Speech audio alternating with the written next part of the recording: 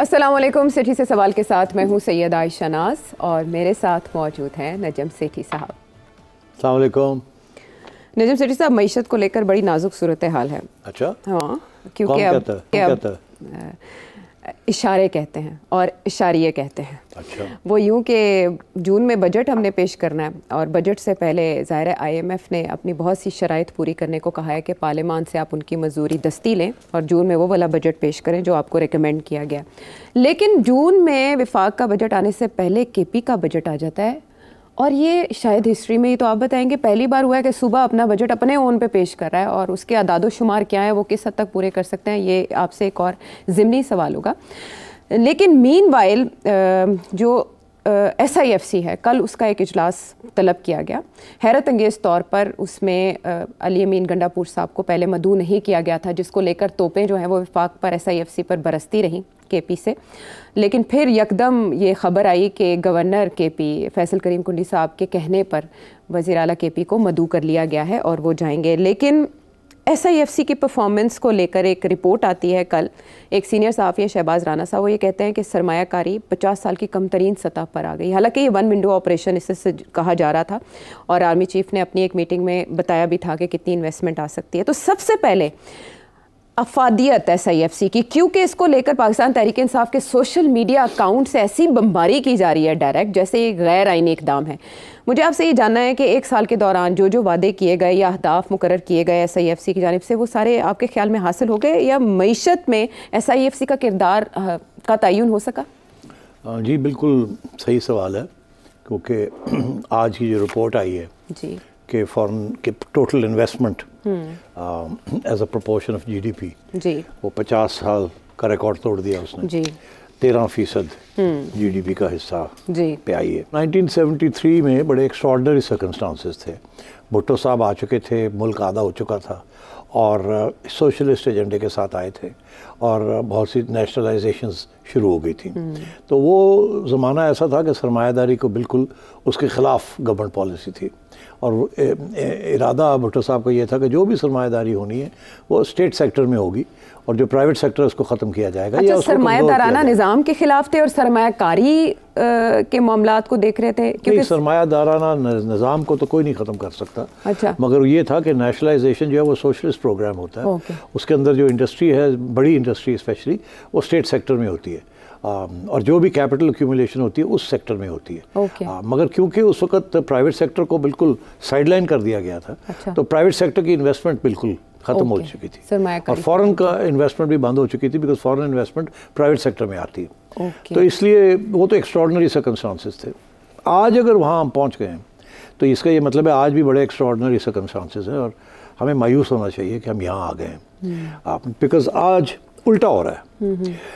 उस वक्त नेशनलाइजेशन हो रही थी, आज प्राइवेटाइजेशन हो रही है। ठीक, तो प्राइवेटाइजेशन अगर हो रही है तो उसका ये मतलब है कि सरमायादारी को और अहमियत दी जा रही है प्राइवेट सेक्टर में, सरमायाकारी को और सरमायादारी को, दोनों सरमायादारी करते हैं ना यार। ये भी बात सही है वैसे। हाँ। तो अब बात ये है कि अगर ये सूरत हाल है तो फिर तो इन्वेस्टमेंट बढ़नी चाहिए। हाँ। तो अब एक साल हो गया SIFC को और हमें यही कहा गया था आयशा कि इसके साथ पॉलिटिकल स्टेबिलिटी भी आएगी और इकोनॉमिक स्टेबिलिटी भी आएगी और मेरा ख्याल है यही एक वादा था जिसकी बिना पर IMF ने फिर ये फ़ैसला किया। SIFC जो है ये कंट्रोल करेगी सब चीज़ें, अहम फैसले, और किसी एक आने जाने वाली हुकूमत के हवाले नहीं होंगे। तो फिर ये ठीक है, ये सही रास्ता इख्तियार किया जाएगा और जो वादे किए जाएंगे वो निभाए जाएंगे। तो इसलिए SIFC का काफ़ी अहमियत भी दी इंटरनेशनल कम्युनिटी ने भी। अच्छा। ये मैं पॉइंट को स्ट्रेस करना चाह रहा हूँ। दो चीज़ों को अहमियत दी गई, एक ये कि प्राइवेटाइजेशन होगी, नेशनलाइजेशन के नहीं होगी, प्राइवेटाइजेशन होगी, और दूसरा ये कि SIFC जो है वो चलाएगी एजेंडा प्लानिंग का। ओके। अच्छा, अब ये है कि एक साल हो गया है, प्राइवेटाइजेशन भी नहीं हुई, बातें चल रही हैं कि जी PIA प्राइवेटाइज हो रहा है, डिस्कोस जो है वो प्राइवेटाइज हो रही हैं वगैरह वगैरह, मगर कोई प्राइवेटाइजेशन 1 साल हो गया, कुछ नहीं हुआ। इंटरिम गवर्नमेंट भी चली गई है और एक नई गवर्नमेंट भी आ गई है, मगर अभी तक एजेंडे के ऊपर बिडिंग तक नहीं शुरू हुई और अभी तक मामला चल रहा है। और PIA की जो बहुत फ्लैग कैरियर है आपका, जिसकी प्राइवेटाइजेशन होनी थी, वो भी ऐसे लगता है कि अभी भी वो 3, 4, 6 महीने दूर है। अच्छा, तो एक तो ये धचका है। दूसरा ये कि हमें ये कहा गया था पिछले साल, हमारे जो हेड ऑफ SIFC है, आर्मी चीफ, वो गए थे कराची। अब मुझे याद है सितंबर में उनकी एक स्पीच थी वहाँ, जो लोकल बिजनेसमैन के से मिले थे वो, और वहाँ उन्होंने एश्योर किया था कि $50 अरब से ज़ायद वो फॉरेन इन्वेस्टमेंट और इन्वेस्टमेंट आएगी। और वो सरमायादारों को वहाँ इकट्ठा किया गया था टॉप, और उनको कहा गया था कि अब आप फिक्र ना करें, the economy is in firm control, stability आ रही है और इंशाल्लाह फॉरेन इन्वेस्टमेंट भी आ रही है, इसलिए आप लोग भी तैयार हो जाए इन्वेस्ट करने के लिए इसमें। वो सितंबर है, आज होने जा रहा है May end, so we have down in 9 months, literally 9 months down the line, and over a year since the SIFC was created. तो the track record is not so good, but ये तो पहली बात है। इसलिए ये सरप्राइजिंग नहीं है कि investment as a percentage of GDP गिर गया। एक दूसरी बात यह है कि जो IMF का प्रोग्राम है वो इनकरेज करने नहीं आया इन्वेस्टमेंट को, ये भी बड़ी क्लियर होनी चाहिए बात। ये नहीं कि जी सारा ब्लेम जो है वो हुकूमतों के ऊपर है और सरमायादारी निज़ाम के ऊपर है या सरमायादारों के ऊपर है कि वो इन्वेस्टमेंट नहीं कर रहे, ऐसी बात नहीं है। IMF भी नहीं ऐसा प्रोग्राम दे रही है आपको जिसमें इन्वेस्टमेंट हो सके। फॉर एग्ज़ाम्पल, IMF ये कह रही है कि इस वक्त आपको जो लीक्स हैं सिस्टम के अंदर उनको प्लग करना है, टैक्सेशन बढ़ानी है और ग्रोथ नहीं करनी। ग्रोथ नहीं करनी, ग्रोथ के साथ महंगाई आती है जी। जब ग्रोथ होती है तो इन्फ्लेशन होती है, इन्फ्लेशन गिरानी है, इंटरेस्ट रेट्स को ऊंचा रखना है। इंटरेस्ट रेट्स जितने हाई होंगे उतने लोग कम बोरो करेंगे, बिकॉज इतनी अफोर्ड नहीं कर सकता। बिजनेस वाला 22% पे उधार लेके कैसे अपनी कारोबार चलाएगा। इस साथ साथ बिजली महंगी हो रही है, सब चीज़ें महंगी हो रही है, बिकॉज टैक्सेस कलेक्ट करने हैं आपने जी। तो इसलिए सारे जो कॉस्ट ऑफ प्रोडक्शन है वो बढ़ती जा रही है, इसलिए कोई इन्वेस्टमेंट करने के लिए तैयार नहीं है। और IMF ने भी ये प्रोग्राम जो बनाया है वो इन्वेस्टमेंट के लिए नहीं बनाया। तो ये कहना कि जी SIFC कामयाब नहीं हुई इज़ नॉट राइट। इसलिए क्योंकि इरादा भी ये नहीं था कि इस दौर में 1 साल के अंदर जब तक स्टेबलाइजेशन नहीं हो जाती तो उस वक्त तक एक ग्रोथ नहीं चलेगी, इन्फ्लेशन को गिराना है और स्टेबलाइज करना है। इसीलिए अब वो कह रहे हैं 1.5 से 2% ग्रोथ हुई है जी। ग्रोथ 6%, 7%, 8%, 9% हो तो फिर पता लगता है कि मगर वो तो नहीं है। तो इसलिए पहली बात तो ये मैं क्लियर करना चाहता हूँ कि इसमें SIFC का को आप ये ना कहें कि उन्होंने काम कि वो नाकाम हो गई, ये नहीं कहा जा सकता। मगर कहा यह ज़रूर जा सकता है कि एजेंडा जो भी है फॉरेन इन्वेस्टमेंट का वो स्लो हो गया।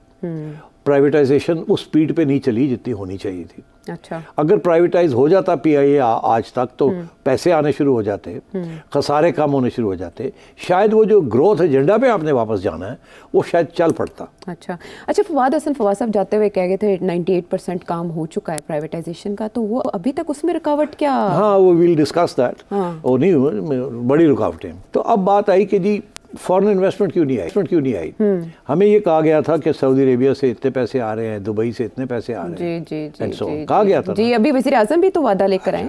तो ये वादे तो चल रहे हैं, मगर अब एक नया डायमेंशन आ गया जो उस वक्त सोचा नहीं था किसी ने।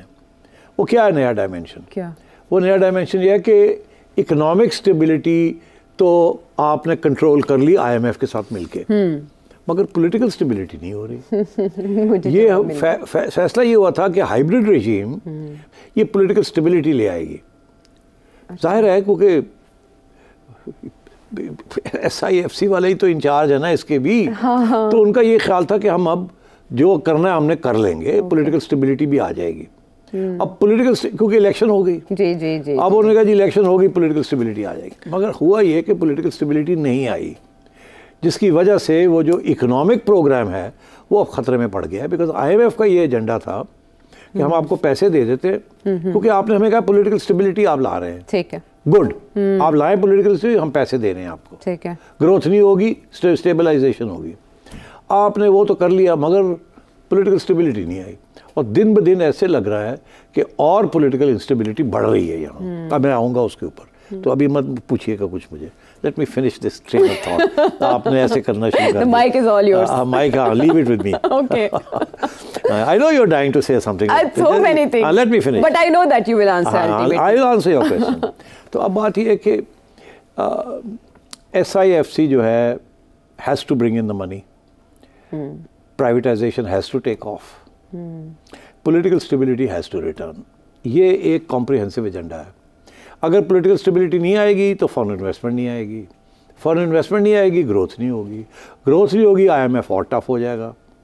ठीक, तो आपकी यहाँ बेरोज़गारी बढ़ेगी, क्राइसिस बढ़ेगी, जिसकी वजह से फिर और पॉलिटिकल इंस्टेबिलिटी होगी, और आवाम के अंदर बेचैनी होगी, और लड़ाई झगड़े शुरू होंगे। हाँ। तो ये एक विशियस सर्कल बनता जा रहा है। ठीक है, it is important to stop this right now. और इस वक्त जो मेन कॉज है, जो कि बात हम पटड़ी पे नहीं मुल्क चल रहा, वो ये है पॉलिटिकल इंस्टेबिलिटी, जो कि हमारा ख्याल था आ जाएगी। इसलिए SIFC की खामियां अपनी जगह, मगर जो कॉम्प्लेक्स सिचुएशन है, आप किसी एक चीज़ के ऊपर हाथ नहीं रख सकते कि इसकी वजह से SIFC फेल हो चुकी है, या सक्सेस नहीं मिली जितनी मिलनी चाहिए थी, या ग्रोथ नहीं हो रही। मगर एक चीज़ वाज़ेह है कि जो चीज़ बढ़ रही है वो है पॉलिटिकल इंस्टेबिलिटी। तो अब आइए आप पॉलिटिकल इंस्टेबिलिटी की तरफ। और IMF ने भी अपने लेटेस्ट जो उन्होंने आपको हिदायत की है वो यही की है कि ये जो सारा IMF का एजेंडा है ये सारा डिरेल हो जाएगा अगर सियासी तौर पे पॉलिटिकल स्टेबिलिटी ना आई। सियासी स्टेबिलिटी। इसीलिए अब शहबाज साहब पहुंचे हुए हैं दुबई। आगे आर्मी चीफ जो है वो कभी सऊदी अरेबिया में होते हैं, कभी टर्की में होते हैं, कभी जर्मनी में होते हैं।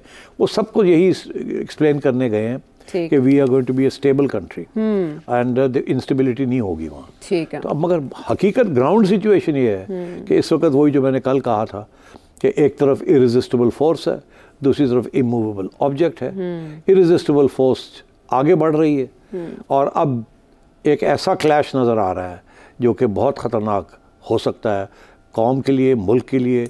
और ये जो सारा एजेंडा है जिसके तहत अब ग्रोथ होनी है या नहीं होनी, वो है clash between the judiciary and the establishment. Okay, consequences इसके क्या हो सकते हैं? इसके क्या आगे नताइज निकलेंगे और इसके क्या खतरात हैं और सियासत किस तरफ जा रही है, हमें अब वो देखना पड़ेगा। अब हमें इकोनॉमिक्स के ऊपर इतना फोकस नहीं करना चाहिए, अब हमें फोकस करना चाहिए ऑन द पॉलिटिकल इंस्टेबिलिटी। तो पॉलिटिकल इंस्टेबिलिटी को हवा चलें अली अमीन गंडापुर साहब का मिजाज है या वो इमरान खान साहब से मुशावरत के बाद ऐसी बातें कर जाते हैं जो इश्तियाल दिला सकती हैं, लेकिन वफाकी हुकूमत और खुसूसन शहबाज शरीफ साहब को तो हम मुफाहमत के चैम्पियन कह सकते हैं। SIFC में वज़ीर आज़म उसको हेड कर रहे हैं। वज़ीर आज़म ने इन्विटेशन भेजने में देर क्यों की? उस सूबे को मौका क्यों दिया कि वो अपना बजट बनाने की तरफ चल पड़े? नहीं, देखिए बहुत अच्छा सवाल है अगेन, मगर आपको याद है मैंने कहा था टॉक फाइट फाइट, याद रहिए मैं हमेशा ये कहता हूं। बिल्कुल। तो सिलसिला वही चल रहा है, talk fight fight. Imran Khan की जो पॉलिसी है वो है टॉक फाइट फाइट। अच्छा, अब वो जब टॉक करते हैं तो जिस किस्म की वो टॉक करते हैं उसका रिस्पॉन्स उधर से जो आता है वो बड़ा हार्ड आता है, बिकॉज ये टॉक बहुत हार्ड टॉक है। It's almost like fight. तो टॉक होती है जो कि एक तरफ नरमी आप शो करते हैं और ओपनिंग्स क्रिएट करते हैं और नेगोशिएशंस करते हैं, दूसरी तरफ आप हार्ड लाइन में फाइट करते हैं। यहाँ हो ये रहा कि जो टॉक फाइट है ना, वो फाइट ही हो रही है, टॉक हो नहीं रही है। टॉक हो नहीं रही है। खान साहब किसी और ऑडियंस को एड्रेस कर रहे हैं और इस्टेब्लिशमेंट और गवर्नमेंट किसी और ऑडियंस को अपना बबल है, बायो बबल, और they are not meeting together to discuss. हो क्या रहा है उससे ये हो रहा है कि PTI में बहुत फ्रस्ट्रेशन आ रही है, गुस्सा चढ़ रहा है, फ्रस्ट्रेशन आ रही है एक तरफ, दूसरी तरफ खुशी हो रही है। फ्रस्ट्रेशन कहाँ से आ रही है कि हमारे से एस्टैब्लिशमेंट बात नहीं करती, ठीक। गुस्सा चढ़ रहा है कि हमें देती नहीं हमारे पैसे। उधर खुशी हो रही है कि जज हज़रात टिल्ट हो रहे हैं इनकी तरफ, और एक के बाद दूसरा केस खान साहब का ख़त्म हो रहा है, एक के बाद दूसरा PTI का लीडर बाहर आ रहा है। तो वहाँ इस किस्म की कश्मकश चल रही है, गम खुशी गम। इधर जो है इधर परेशानी है कि फॉरेन इन्वेस्टमेंट भी नहीं अभी तक पहुँची, बातें ही हैं, इकॉनमी भी स्टक है, और अनफॉर्चुनेटली ये क्लैश जो है ये बढ़ती जा रही है, जिसके साथ सारा सिस्टम जो है वो अनस्टेबल होता जा रहा है। इस सिलसिले में गढ़ापुर साहब जिस किस्म की बातें कर रहे थे, आपको याद होगा पहले दिन जब उनको बुलाया गया, एनएफसी की मीटिंग थी, नेशनल फाइनेंस कमीशन, तो ये गए थे वहाँ और बड़ी अच्छी इनकी मीटिंग हुई थी। तस्वीर भी आई थी, जब ये छप्पियाँ पा रहे हैं जी, पैसे मिल जाएंगे जी, ये हो जाएगा वो हो जाएगा, याद है आपको? तस्वीर आई थी जिसपे एतराज इमरान खान साहब ने किया था, पहले पैसे लेते फिर तस्वीर बनवाते। हाँ, तो खैर बड़े जनाब गुडी गुडी टू शूज, तो मैंने उस वक्त कहा था पैसे कोई नहीं मिलने, याद है आपको? जी बिल्कुल। फिर ये वापस आए तो उनको पता चला कि पैसे कोई नहीं मिलने, फिर इन्होंने गर्जना शुरू कर दिया। जाहिर है अभी भी नहीं मिले ना, अभी भी नहीं मिले, कह दिया था। तो उसके बाद फिर ये बिजली के मामले हुए, फिर गढ़ापुर साहब गरजे के कोर कमांडर कि मैं ये करूँगा, मैं वो करूँगा, मैं जाके टेक ओवर कर लूँगा, ठीक है, मगर वो भी फिर क्राइसिस को रोक दिया गया। वो गए वहाँ वो डिस्कोस के पास, उन्होंने कहा जी कर देते हैं लोड शेडिंग जैसे आप कहते हैं, इतने घंटे इधर, तो बैक ऑफ कर गए वो थोड़े से, तो इनको कुछ मिल गया। और ये भी कोई अनरीजनेबल डिमांड नहीं कर रहे थे, इन्होंने भी कोई रीजनेबल सी बात की थी, ये ना हो के बिल्कुल ही मुस्तरद कर दें, तो रास्ता खुले थोड़ा सा। ठीक। अब क्या हुआ कि इनको जब बुलाया नहीं टू दी मीटिंग SIFC, तो एक तो ये कि उसकी जो हैसियत है वो कमज़ोर हो जाएगी ना, अगर चीफ मिनिस्टर ही नहीं आएगा, और इसीलिए तो बनाई गई थी कि उसके अंदर इंटर प्रोविंशियल मैटर्स भी डिस्कस करने हैं, बिकॉज जो एजेंडा है वो सिर्फ फेडरल गवर्नमेंट का नहीं है, it includes all the provinces also. अच्छा, तो इनको बुलाया नहीं। अच्छा, मैं समझता हूँ ये एक मैसेज थी कि तुम अपनी ज़ुबान को कंट्रोल करो, जिस किस्म की तुम धमकियाँ देते हो इसको कंट्रोल करो, कि 15 दिन बाद बताऊंगा। ठीक, 15 दिन बाद बताऊंगा। तो इधर से भी ये था कि थोड़ी बहुत तो धमकी देनी थी ना, तो फिर मानना भी था। अब ये आपने मुझे बताया कि गवर्नर साहब ने, और ये वही गवर्नर साहब जिसके साथ तू मैं हो रही थी, कि बंद कर देंगे दाखिला, और हम ये कर पानी रोक देंगे, बिजली रोक देंगे, तो अब वही गवर्नर साहब को दाद दी जा रही है कि जी हाँ गलबात हो गई, टॉक फाइट। तो अब बात ये है कि अब जाएंगे, ये जाएंगे। अच्छा, और वहाँ कोई लड़ाई झगड़े नहीं होंगे, नहीं तो वो उनसे पूछेंगे आपने बजट कैसे दे दिया। हाँ, तो वो आगे से मैं आपको उसका जवाब देता हूँ कि ये बजट क्यों उन्होंने दिया। ये मैं समझता हूँ एक ब्रिलियंट मूव थी। अच्छा, प्रेशर टैक्टिक, ब्रिलियंट मूव। क्या पता चला तो सर IMF ये पता ना चलते तो बुलाया ना जाता। अच्छा। क्यों इन्होंने ये पता दिया चला? पता है आपको इस बजट में क्या है जिसकी तरफ मैं अब आपको तवज्जो दिलाने जा रहा हूँ? बताएं जरा, ढूंढे उसको। ये बजट कैसे बन सकता है प्रोविंस का, जब तक उसके अंदर ये ना पता हो कि फेडरल गवर्नमेंट से कितने पैसे आ रहे हैं। हाँ, यही बात साहब ने कही। हाँ, तो इन्होंने तो खुद लिख दिया है कि इतने पैसे हमने लेने हैं उसके अंदर। बजट उसके बगैर बन ही नहीं सकता। फिर मुझे ये बताएं कि इनको तो उन्होंने पैसे दिए नहीं, और अभी तय नहीं हुआ कि कितने पैसे देने हैं, कब देने हैं, वो तो जब तक कोई समझौता नहीं, थोड़ी बहुत प्यार मोहब्बत का इजहार नहीं होगा, लड़ाई झगड़े कम नहीं होंगे, उस वक्त तक तो ये पैसे मिलने नहीं है। तो इन्होंने पहले ही अनाउंस कर दिया कि मैंने इतने पैसे लेने हैं, मेरे बजट में आ गया। अब उन्होंने कानूनी तौर पे एक बना दिया अपना कागज कि हमने आपसे इतने अरब रुपए लेने हैं, और वो हमने बजट के अंदर फिट कर दिए। और आपने देखा उस पर डेवलपमेंट बजट भी कर दिया, ट्राइबल रीजन्स को भी उन्होंने कर दिया, टैक्सेस भी रिड्यूस करने जा रहे हैं। उन्होंने पूरा ड्रामा करता है पब्लिक का, और साथ प्रेशर डाल दिया ऑन द फेडरल गवर्नमेंट कि साढ़े पैसे दियो, असी तो बजट पास करता है, साड़ी तो पार्लियामेंट ने बजट पास कर दिया, ये हमारा हक था, हमने लिख दिया आके इसके अंदर, अब आपको देने पड़ेंगे ये। तो इसलिए we have a crisis, because IMF का जो एजेंडा है उसके अंदर दो चीज़ें हैं। एक ये कि जो प्रोविंसेस को पैसे देने हैं वो तो देने हैं, मगर फिर प्रोविंसेस से पैसे वापस भी लेने हैं, बिल्कुल, जो कि कोट अनकोट जिसको कहते हैं सरप्लस फंड्स। सरप्लस फंड्स ये होता है कि अगर आपने 100 रुपया प्रोविंस को दिया है और साल के बाद उन्होंने 80 रुपये खर्च किए हैं और 20 रह गए उनके पास, तो वो 20 रुपये वापस फेडरल गवर्नमेंट को दे दें। आमतौर पर वो रख लेते हैं, देते ही नहीं है, वो अगले साल के लिए वो शुरू कर देते हैं। ठीक, तो IMF के एजेंडे के अंदर ये है कि वो जो सरप्लस फंड्स होंगे वो प्रोविंसेस वापस करेंगे।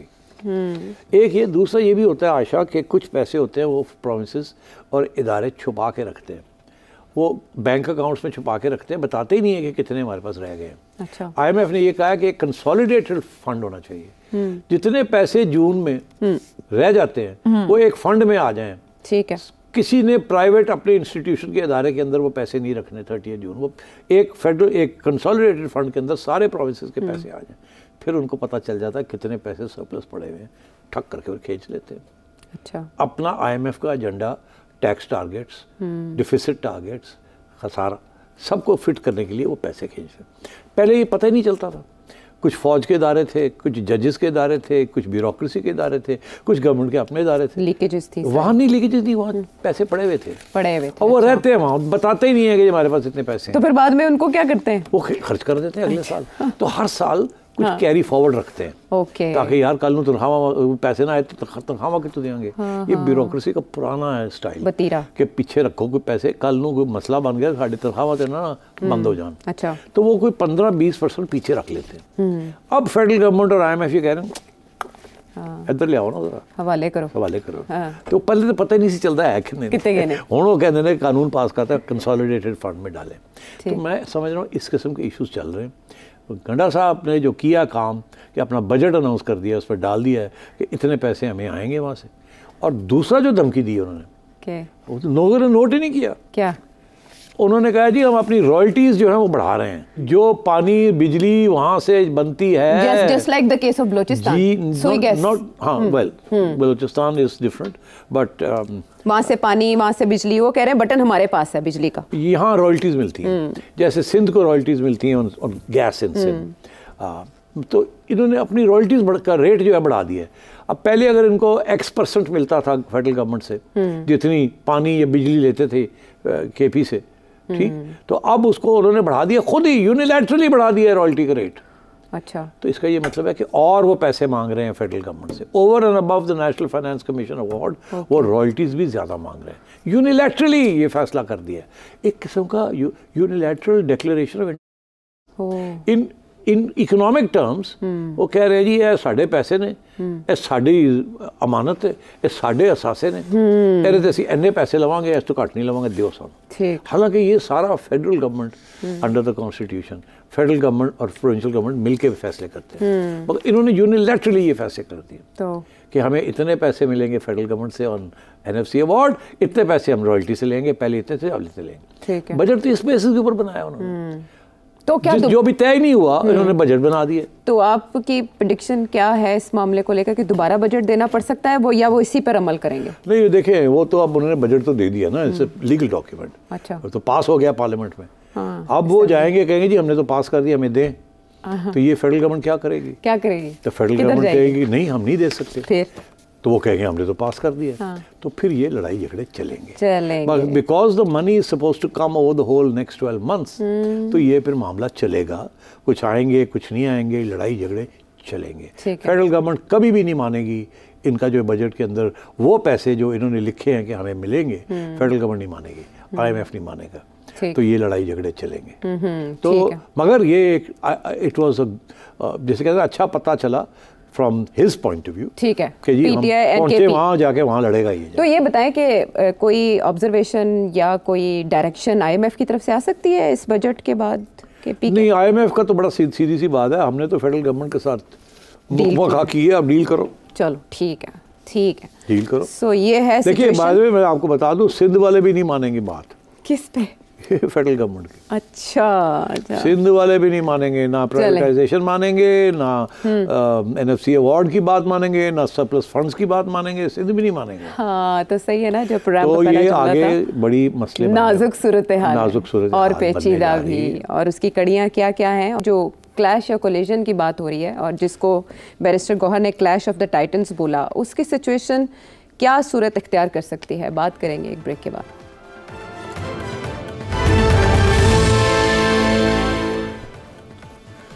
शो में एक बार फिर खुशामदीद। सेठी साहब, आपने जो नक्शा खींचा वो तो बड़ी ख़तरनाक सिचुएशन को जाहिर कर रहा है, लेकिन कल भी आपने मूवेबल इरेजिस्टिबल फोर्स की बात की और कोलिजन की बात की, एक बार फिर आप क्लैश की बात करें। बात यह कि PTI भी कहीं ना कहीं इशारे देती है कि भाई हम पुरअमन रहना चाहते हैं, लेकिन होता मामला उसके बरक्स है। अब ये पुशबैक वर्सेस पुशबैक दोनों तरफ से बेशक ढाल इस्तेमाल करते हुए है, ये सिलसिला कहाँ जाके रुकेगा और कर कौन रहा है ख़राबी ज़्यादा? देखिए, मैंने आपसे कहा कि अब ये सियासी instability top of the agenda आ गई है जी। बैरूनी मुल्क भी इसकी तरफ देख रहे हैं, IMF भी इसकी तरफ देख रही है, और हमारी आवाम भी इसकी तरफ देख रही है कि इसका मसला हल कैसे होगा। ये हल नहीं होगा अगर स्टेबिलिटी नहीं आएगी सियासी तौर पे, तो इकोनॉमिक प्रोग्राम नहीं चलेगा। क्योंकि इन लोगों ने जो वादे किए थे ना, फॉरेन कंट्रीज़ के साथ और IMF के साथ और डोनर्स के साथ, वो यही था, गली कोई नहीं, we got everything under control now. Okay, election हो गए, अल्लाह खैर सल्ला, and troublemakers are in prison and we got a firm control and we mean to stay and everything is fine. अब वो not everything is not fine, and why, क्यों नहीं everything fine? पहली दफ़ा मेरा ख्याल है जुडिशरी जो है वो एक बगावत की स्टेज में है। आज मैं ये लफ्ज़ इस्तेमाल कर रहा हूँ। हाँ। मैं कब से कह रहा हूँ कि सबसे बड़ा इंस्टेबिलिटी की सोर्स जो है वो आएगी अदालतों की तरफ से, और उसके रीजंस भी मैंने दिए हैं, मगर किसी ने सीरियसली नहीं लिया इस चीज़ को। इब्तदाई शोज से आप कह रहे हैं? मैं कब से कह रहा हूँ, 2-3 माह से मैं ये कह रहा हूँ कि इंतज़ार करें, यहाँ से आएगा, और वजह भी बता रहा हूँ। आज हमें नज़र आ रहा है कि वो पहुँच गए हम वहाँ। सिर्फ एक बात नहीं, 2-3 चीज़ें अब नज़र आ रही हैं। ये पहली दफ़ा हुआ है कि हाई कोर्ट में ISI को डायरेक्टली टारगेट किया जा रहा है। ये टारगेटिंग ही है ना कि सेक्टर कमांडर को बुलाएं, मैं उससे ये पूछेंगे ये, और आज हम डिफ़ाइन करेंगे कि इनकी क्या रोल है और एजेंसियों का क्या रोल है और ये करते क्या हैं, इनके पास पैसे कितने होते हैं, ये सारी बातें सवाल एक जज साहब ने ये पूछ लिए। ये अनहर्ड ऑफ, इज अनप्रेसिडेंटेड। एजेंसियाँ हमेशा हर दुनिया में खुफिया होती हैं। यहाँ हमारी अदालतें जो हैं ये कह रही हैं कि बाहर आएँ आप, हमें दिखाएं आप हो कौन, करते क्या हो, कैसे करते हो, कितने पैसे, कहाँ से पैसे आते हैं, क्या बजट है, आपकी रिट क्या है, क्या नहीं है। ये सवाल सीक्रेट एजेंसी से नहीं पूछे जाते, ये पूछे जा रहे हैं। ये अनप्रेसिडेंटेड है, मैं आपको बता दूं। इसके साथ एस्टैब्लिशमेंट जो है खुश नहीं हो सकती, बिकॉज एस्टैब्लिशमेंट का जो रोल होता है वो हमेशा बिहाइंड द सीन्स होता है, कभी सामने नहीं होता। और अब अदालतें जो हैं एक एक करके चैलेंज कर रही हैं। कभी बाबर सत्तार साहब चैलेंज कर देते हैं, कभी अतर मिनल्ला साहब चैलेंज कर देते हैं, कभी अब कियानी साहब ने चैलेंज करना शुरू कर दिया। एक एक करके लोग खड़े होने शुरू हो गए हैं, जजेस। दीज आर इम्पोर्टेंट सीनियर जजेस। और तो एंड ऑब्वियसली इनका जो नेट इफेक्ट है वो यही है कि एस्टैब्लिशमेंट का जो फुटप्रिंट है on the economy and on politics, on the constitution, उसको रिड्यूस करना। And the judges are now one by one standing up and asking questions. And मैं समझता हूँ this is heading into a disaster zone. Disaster zone. मैं आपको बताता हूँ क्यों। क्योंकि कोई भी establishment इस किस्म का चैलेंज नहीं मानती। वो सारी उम्र हो गई, 70 साल हो गए, उन्होंने एक तरीके से डील किया है, कोई थोड़ी बहुत लचक भी दिखाई है, कभी कभी नहीं दिखाई। जब वो ख़त्म हो जाती है उनकी लचक, तो वो फिर डायरेक्ट इंटरवेंशन कर देते हैं। 3 दफ़ा तो मार्शल लॉ लग चुके हैं इस मुल्क में जी, ठीक है ना। और उस वक़्त ये भी कहा जा सकता था कि इंटरनेशनल के हक़ में नहीं थी। एक आध दफ़ा तो शायद थी, एक आध दफ़ा नहीं भी थी, ठीक। तो फिर भी मामला चला, फिर भी मामला चल पड़ा। तो वो बाद में देखते हैं, वो कहते हैं ना cross the bridge when we come to it. वो पहले कर देते हैं, कूद जाते हैं, फिर देखते हैं कि जी देखी जाएगी जो होगा। हम अब बात यह है कि इस वक्त मेरी सेंस ये है कि there is a lot of anger and frustration in the establishment कि हम नेशनल इंटरेस्ट में हम इस मईशत को चलाना चाह रहे हैं, हम इस पॉलिटिक्स को स्टेबलाइज करना चाह रहे हैं, और हमें किया नहीं, हमें रोका जा रहा है। और रोकने वाले 2 इदारे हैं, एक है जुडिशरी और एक है PTI। बाकी सारे जो पार्टीज हैं वो सारे हमारे साथ हैं। अच्छा। और मगर ये 2 जो हैं ये हमें तंग कर रहे हैं, और ये basically they are challenging the writ of the state. ये स्टेट को कभी ऐसे चैलेंज नहीं हुआ, भुट्टो साहब ने भी नहीं ऐसे चैलेंज किया था, नवाज शरीफ साहब ने भी ऐसे चैलेंज नहीं किया था। उसकी वजह कि जब भी भुट्टो साहब या नवाज शरीफ साहब चैलेंज करते छोटा मोटा, तो अदालतें उनके साथ नहीं खड़ी होती थी, अदालतें एस्टैब्लिशमेंट के साथ खड़ी हो जाती, तो वो फारग हो जाते थे। हाँ। इस दफ़ा सिचुएशन बदल चुकी है, और ये दिन ब दिन और बिगड़ेगी इन माई व्यू। ओके, तो इसका ये मतलब है we are headed into a very dangerous place. तो 29 तारीख को उस डेंजरस प्लेस में ना ग्रोथ होगी, ना IMF रहेगा, ना सऊदी अरेबिया आएगा, ना दुबई आएगी। हाँ। और they will be total chaos. Okay, अच्छा, अब बात यह है कि क्या ये रुक सकती है? हाँ। क्या एस्टैब्लिशमेंट थोड़ा पीछे हटे, जुडिशरी पीछे हटे, खान साहब पीछे हटे? बिकॉज ये 3 फोर्सेज है ना इस वक्त। खान साहब पीछे हटने का तो नज़र नहीं आ रहा। जिस मूड में जुडिशरी है वो हर रोज़ एक कदम आगे बढ़ रही है जी। और उधर से एस्टैब्लिशमेंट जो है वो कभी एक मीडिया के ख़िलाफ़, इंफॉर्मेशन के ख़िलाफ़ एक कानून लाने की कोशिश कर रही है लोगों को रोकने के लिए, वो क्लैम्प डाउन कर रही है जी, ठीक है। और इधर से ये आज़ादी कि झंडे उड़ने शुरू हो गए हैं। ठीक है। So I fear that we are headed for a clash. हाँ, ये भी खबर आई थी कि 6 जजेस के ख़त के बाद जो राणा साहब का फार्मूला था कि बैक चैनल इसको सॉल्व किया जाए, वो भी कामयाब नहीं हुआ, जजेस नहीं माने। अच्छा, अब ये है कि एक तरफ तो ये भी अब प्रपोजल्स आ रही हैं कि एज लिमिट बढ़ा दी जाए जी, 68 कर दी जाए, कर दें उसकी। तो उससे ऑटोमेटिकली कुछ एक्सटेंशंस हो जाएंगी। मगर क्या उसके साथ मसला हल होगा? I don't think so. हमें ये पता है कि इससे पहले जैसे बेंचेस बन रहे थे बंदियाल साहब के ज़माने में, वो बड़े प्रो पीटीआई बेंचेस बन रहे थे। साकिब निसार साहब का दौर देख लें, जुडिशरी की। तो जब वो अब जो बेंचेस बन रहे हैं, वो लोग जो कि पीटीआई के प्रो थे, वो उनके तो बेंचेस ही नहीं बन रहे। अब तो वो उनके बेंचेस बन रहे हैं जो कि इंडिपेंडेंट जजेस हैं, और वो इंडिपेंडेंट जजेस जो हैं वो एस्टैब्लिशमेंट के खिलाफ खड़े हो गए और indirectly supporting PTI, indirectly supporting PTI, क्योंकि फैसले तो उधर ही जा रहे हैं जिस पे नून लीग बहुत तिल मिला रही है। अच्छा, तो अब we are headed for a very big crisis. And जब इस किस्म की क्राइसिस आती है तो फिर होता क्या है? मैं आज ये प्रेडिक्शन कर रहा हूँ आपसे कि अगर ये क्राइसिस को रोका ना गया from either the judiciary side और फ्रॉम द एस्टैब्लिशमेंट साइड, तो फिर यही होगा कि किसी न किसी स्टेज से sooner rather than later establishment move करेगी for an emergency. Okay, I think that you can not rule out now. मैं आज बड़े खुल के ये आपसे कह रहा हूँ, और मेरी कंडीशन ये है कि अगर ये पीछे ना हटे, सारे खान साहब पीछे ना हटे, केपी गवर्नमेंट पीछे ना हटी, एस्टैब्लिशमेंट पीछे ना हटी, जजेस पीछे ना हटे, अगर ये पीछे ना हटे, आपस में कोई सेटलमेंट नहीं होती गोइंग फॉरवर्ड, और ये ऐसी मामला चलता रहा, कोई चीज़ आयशा रुकी नहीं रहती, या बेहतरी की तरफ जाती है या ख़राब होती है। ये नहीं होता कि स्टेशनरी हो जाए। Life in politics is dynamic, it is not a static thing. Dynamism का ये मतलब है या वो बढ़ेगी ये क्राइसिस या कम होगी, यहाँ नहीं रहेगी। ये अनस्टेबल स्टेट है, इक्विलिब्रियम नहीं है। इक्विलिब्रियम जैसी चीज़ ही नहीं होती साइंस के अंदर। इक्विलिब्रियम की तरफ जाते हैं फिर दूर हो जाते हैं। जैसे वो पेंडुलम नहीं होता घड़ी का, पुराने ज़माने की घड़ियों के पेंडुलम्स थे, ऐसे ऐसे चलते थे, तो वो सेंटर का इक्विलिब्रियम होता है, मगर वहाँ आके खड़ा नहीं होता वो पेंडुलम, मूव करता। तो अब ये है कि we are moving in the direction of instability. और अगर ये पेंडुलम ऐसे ही मूव करता रहा तो फिर ये, मेरा ये ख्याल है कि establishment will have to think of some measure. और जजेस को रोकने का मेजर, और जो आज़ादी की इस वक्त जो ख्वाहिश है आवाम के अंदर, और पीटीआई जिसको पुकार रही है, उसके लिए emergency will have to be imposed. Okay, whether it will be a financial emergency और it will be a general emergency और it will be some special emergency, I can't say. मगर क्या जब इमरजेंसी लगेगी तो बहुत सी पाबंदियां लग जाएंगी। मगर अगर मसला अभी हल नहीं हो रहा तो मैं ये समझता हूँ इमरजेंसी के साथ भी मसला हल नहीं होगा।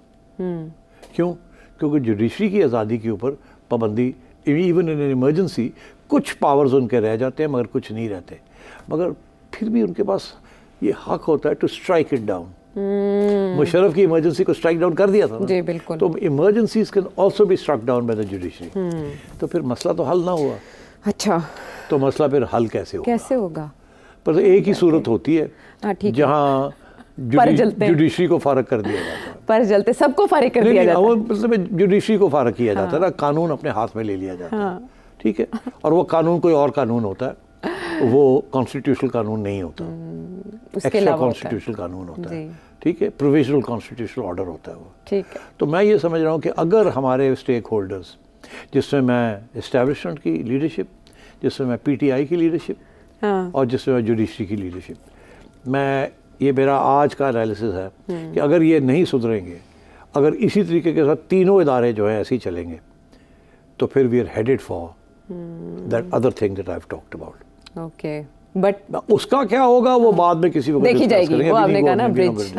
मगर ये अगर कुछ लोग समझते हैं और नहीं जी ये तो हो ही नहीं सकता, इंटरनेशनल कम्युनिटी नहीं मानेगी, फलाना नहीं मानेगा, मैं सिर्फ एक बात कहूँगा आपको कि ये जो सारी जो SIFC है ना, ये इंटरनेशनल कम्युनिटी का फेवरेट चाइल्ड है। ये इंटरनेशनल कम्युनिटी इस वक्त चाहती है कि एक nuclear armed country like Pakistan should be stable and should not default and should not be subject of riots and instability. Okay. और वो they will support anything in real life, ऊपर से जो मर्जी कहें, अंदर से वो they will support anything to promote stability in this country. And उनको आज़ादी और फ्रीडम और कॉन्स्टिट्यूशन इतनी प्यारी नहीं लगेगी उस वक्त। ये मैं आपको ये सारे दौर हम देख भी चुके हैं, ये सारी बातें हम सुन भी चुके हैं, लेकिन हुए इस्लाफ ये तो आपने जाना है इस सारे क्लैश में। हम वापस आते हैं एक ब्रेक के बाद।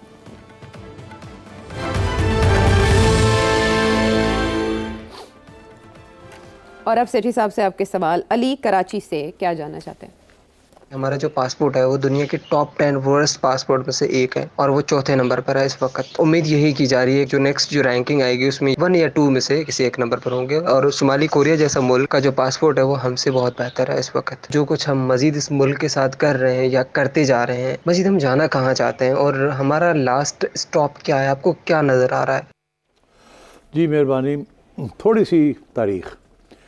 पासपोर्ट 1973 से पहले किसी को अगर पासपोर्ट पाकिस्तानी चाहिए होता था 2 साल लगते थे। हमें पूछिए, हमने जब यूनिवर्सिटी जाना था तो 2 साल लगे थे पासपोर्ट लेने के लिए। मैं लेट 60s की बात कर रहा हूँ। उस वक्त पासपोर्ट लेना वाज नॉट अ राइट। उसके बाद भुट्टो साहब आए और सबसे पहला जो उन्होंने कदम उठाया, उन्होंने कहा कि हर पाकिस्तानी का हक बनता है पासपोर्ट लेना। उससे पहले हक नहीं था। और क्यों उन्होंने किया? बहुत फार रीचिंग सोच थी। 1973-74 में मिडल ईस्ट के अंदर ऑयल क्राइसिस थी, जिसमें फ़ैसला ये हुआ कि ओपेक बनेगी और ऑयल प्राइसेस बढ़ेंगी और मिडल ईस्टर्न कंट्रीज़ अपने ऑयल के ऊपर अपना हाथ रखेंगी, अपनी रिसोर्स के ऊपर, और वो पैसे जो है अपने डेवलपमेंट पे लगाएंगी। उस वक़्त मिडल ईस्ट के पास पैसे आ गए, ऑयल कंट्रोल किया उन्होंने और उन्होंने अपनी डेवलपमेंट शुरू की। और उस वक्त उन्हें लेबर की ज़रूरत थी और ज़ाहिर है मुस्लिम ममालिक से ही उनकी पहली चॉइस थी।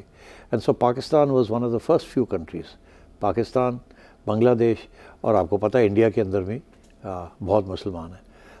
तो इसलिए पाकिस्तान की हुकूमत ने पासपोर्ट्स मुहैया किए लोगों को, लोग गए मिडल ईस्ट में और वो आज तक वहीं हैं और बढ़ते जा रहे हैं। तो ये पासपोर्ट की बैकग्राउंड है कि इन मुल्कों ने हमें वेलकम किया और हमारे जैसे लोगों, हमारे जैसे मुल्कों का बहुत बड़ा कंट्रीब्यूशन है इनकी कंस्ट्रक्शन में और इनकी डेवलपमेंट में।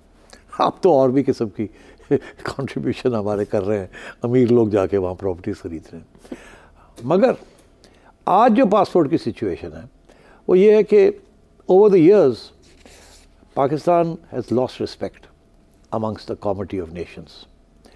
हम, दुनिया हमें चोर समझती है, दुनिया हमें एक समझती है, दुनिया हमें अनस्टेबल समझती है। वो कहते हैं कि मिडल ईस्ट में इस्लाम आया, सारे मुसलमान हैं, वो कहते हैं ये पाकिस्तानी हमसे भी बड़े मुसलमान बनते हैं, हमें अब ये इस्लाम सिखाना चाहते हैं। और अब क्या होना शुरू हुआ है कि जहाँ भी कोई पहले टेररिस्ट का एक्ट होता था तो लोग समझते थे कि अफ़गानिस्तान या पाकिस्तान से।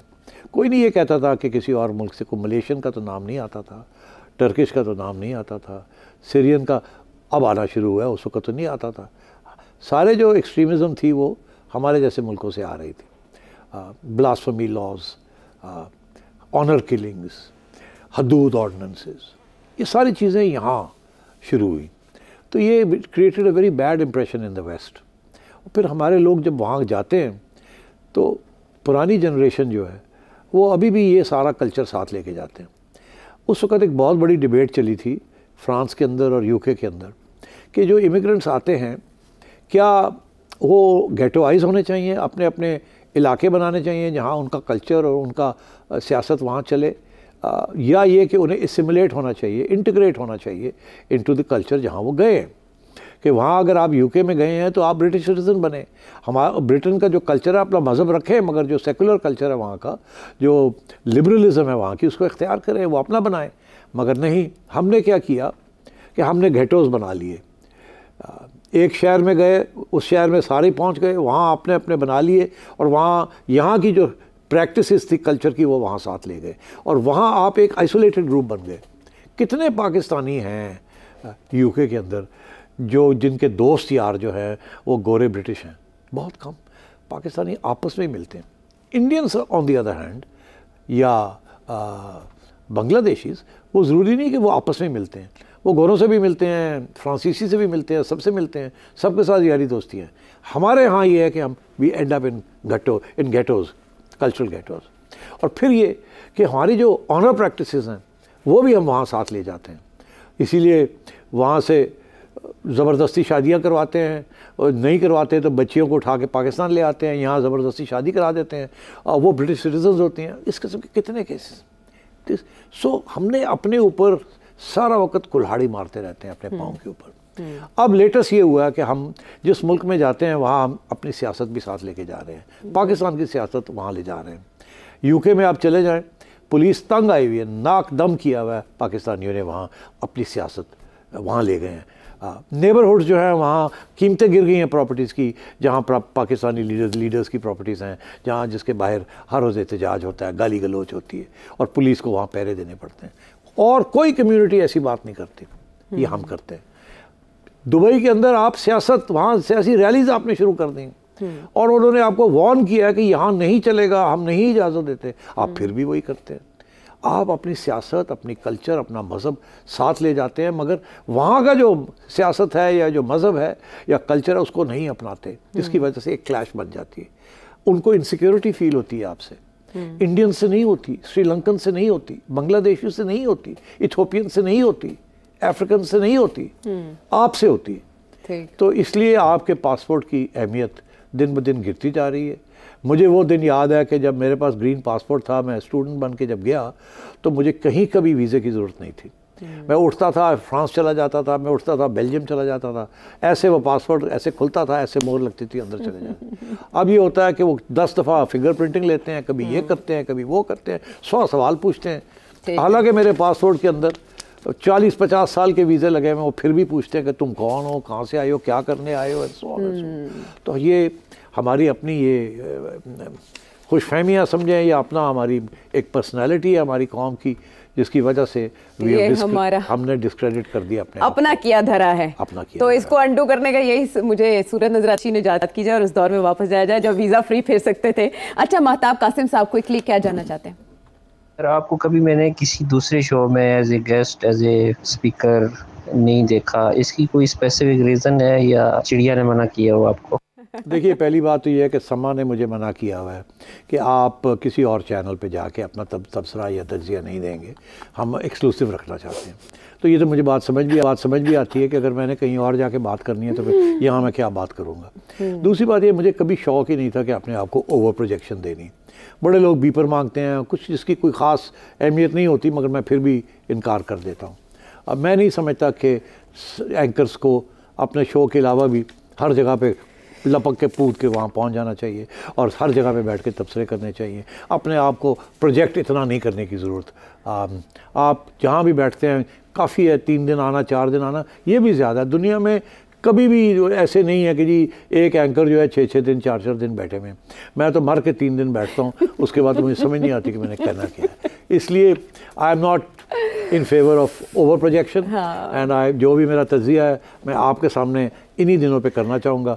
मैं आजकल खाने शादी ब्याह में बुलाए जाते हैं, वहाँ ओ सेठी साहब दसो हो की रहा, और मैं क्या मेरा शो देख लो, नहीं तो फिर 5 लाख रुपया कटो तो मैं तो अंदाज़ देना की हो रहा है। नहीं तो मैं नहीं इंटरेस्टेड थे डिनर टॉक करने वास्ते। ओके, सो मयार को प्रेफरेंस, मतलब मैं मजाक करता हूँ 5 लाख रुपये, मैं कहता हूँ जी छोड़ो परे, शो देख लीजिएगा। ठीक है, मिल गया हमें जवाब। अगले प्रोग्राम तक के लिए इजाज़त।